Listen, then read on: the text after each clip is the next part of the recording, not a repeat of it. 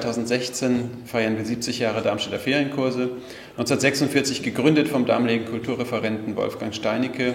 7 Jahrzehnte später hat sich ein riesiges Archiv aufgebaut, das eigentlich mit den Kursen selbst gewachsen ist. Das heißt, wir haben hier so eine heterogene Sammlung wie wahrscheinlich kein anderes Institut oder kein anderes Festival, vielleicht mit Ausnahme von Donaueschingen. Das ist etwas, was wir dieses Jahr zeigen wollen in Verbindung mit einem total digitalisierten Archiv. Also 70 Jahre Ferienkurse und digitalisiertes Archiv kommen hier sehr glücklich zueinander. Insofern ist das eine Aufgabe und eine Herausforderung, gleichzeitig Geschichte mit Gegenwart in einer Weise zu verknüpfen, die sozusagen dann auch die Zukunft im Blick hat.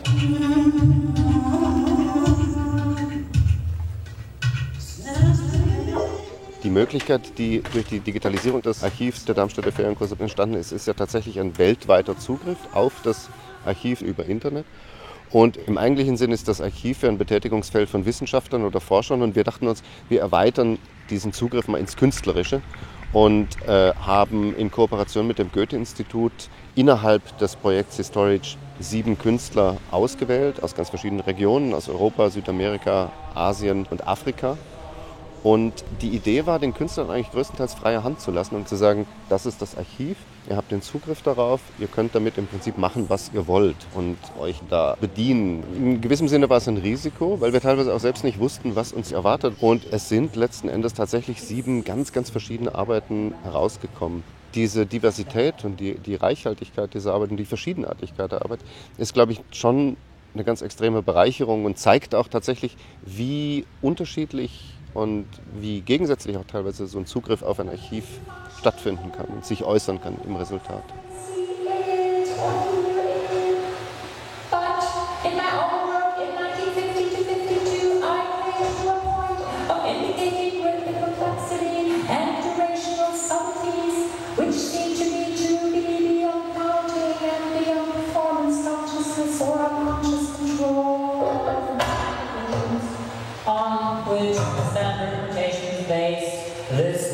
In a nutshell, this video installation, which is a 3-channel video installation, it's a reenactment of a lecture that was given by composer Earl Brown at this festival in 1964.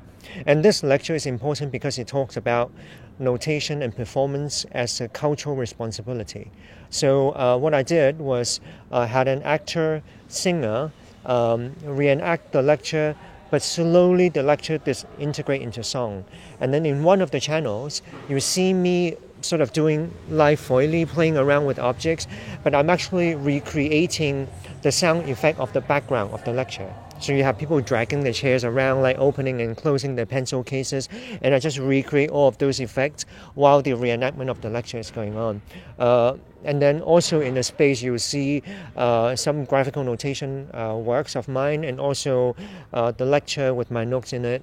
And so he's talking about notation, and then we are using his lecture on notation as a kind of notation to realize a performance. So there's a little bit of writing and rewriting that happens, which is, I guess, often what happens when you think about archiving and recording history, but what you're actually doing is rewriting this history and codifying some part of history and not codifying some other parts of history, which might get left out, like the background sound.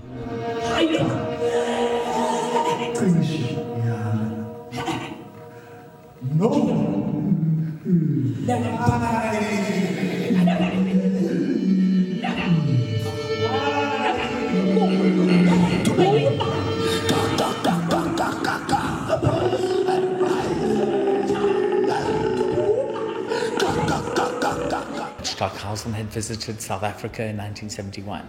It was a lecturing tour, Johannesburg, Pretoria, and even Cape Town and Durban. Mary Baumeister, the wife of Stockhausen, spoke about a day where they met with a young student activist, 71 March, height of apartheid, and they spent the day, and his name was Stephen Bantu Biko. He was a revolutionary and a radical thinker. He may well have, if he had lived, perhaps become a great leader of South Africa. He unfortunately was assassinated by the security police in South Africa in 1978. And we know that Stockhausen came out of post-war Germany. I think part of his impulse was to rethink everything, to rethink sound and music making. It's a very political act, what he was doing. So there's this moment of a meeting which I was interested in imagining. These are two extraordinary thinkers. I think those kinds of radical, transformative thoughts really speak to each other. And I like that a lot, with that kind of thinking about these two thinkers, these two people.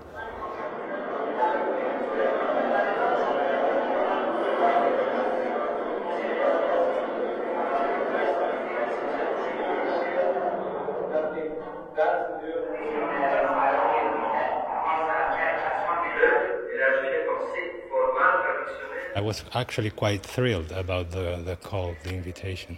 I'm quite interested in archives. I have an archive of my own, and actually the piece proposes a dialogue between the IMD archive with, recognized famous voices of composers, and my own personal archive of anonymous voices. These are recordings I've been producing on the streets of Buenos Aires since I was 13 years old. And the dialogue, it's not happening on neither sides of the fence, but in the actual fence itself. It's like a liminal field of displacement, let's say, for sound.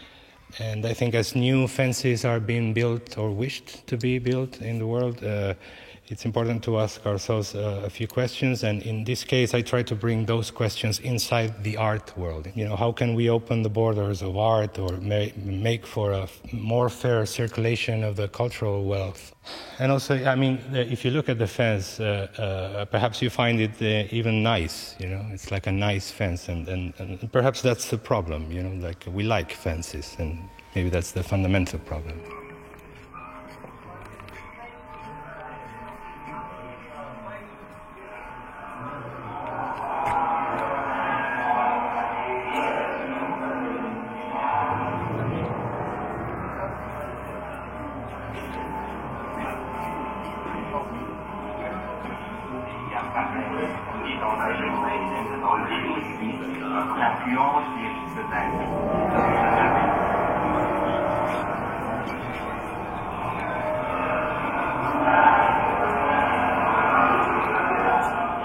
Historage ist ein Kofferwort, bestehend aus History und Storage, also aus Geschichte und Speicherung oder Aufbewahrung.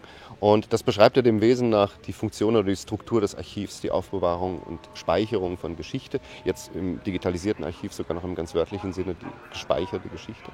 Aber ich glaube, gerade in Historage, bei diesem Projekt, wird diese Gegenwartsbezogenheit auch wiederum klar. Es geht natürlich um das Arbeiten mit historischen Materialien einerseits, aber das, was entsteht, ist ja was sehr Gegenwärtiges. Und das weist dann eigentlich über dieses Speichern wiederum heraus, also dass dieses Gespeicherte auch etwas ist, mit dem man arbeitet, mit dem man umgeht, in einem ganz gegenwärtigen, heutigen Sinne.